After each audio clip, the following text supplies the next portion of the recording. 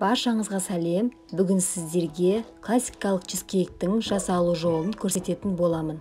Менімен бірге болыңыздар.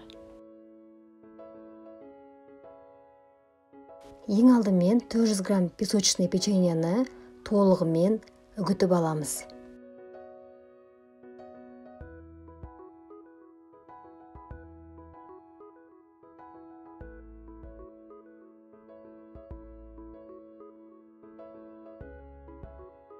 Печеньемізді толығымен үгітіп алдық. Енді үстіне ерітілген сары майды құйып араластырамыз. Сары май мен ұнтағымыз толық бірігуі керек. Жақсылап біріккенше араластырамыз. Енді диаметрі 22 см болатын формаға печеньемізді салып, толығымен жайғастырып шығамыз.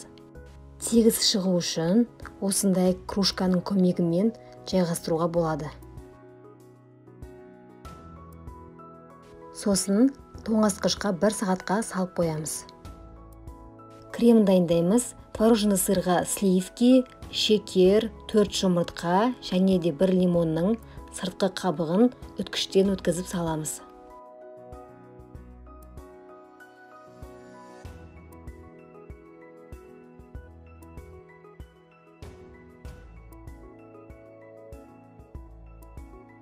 Енді барлық қоспаларды біріккенше жақсылап араластырамыз.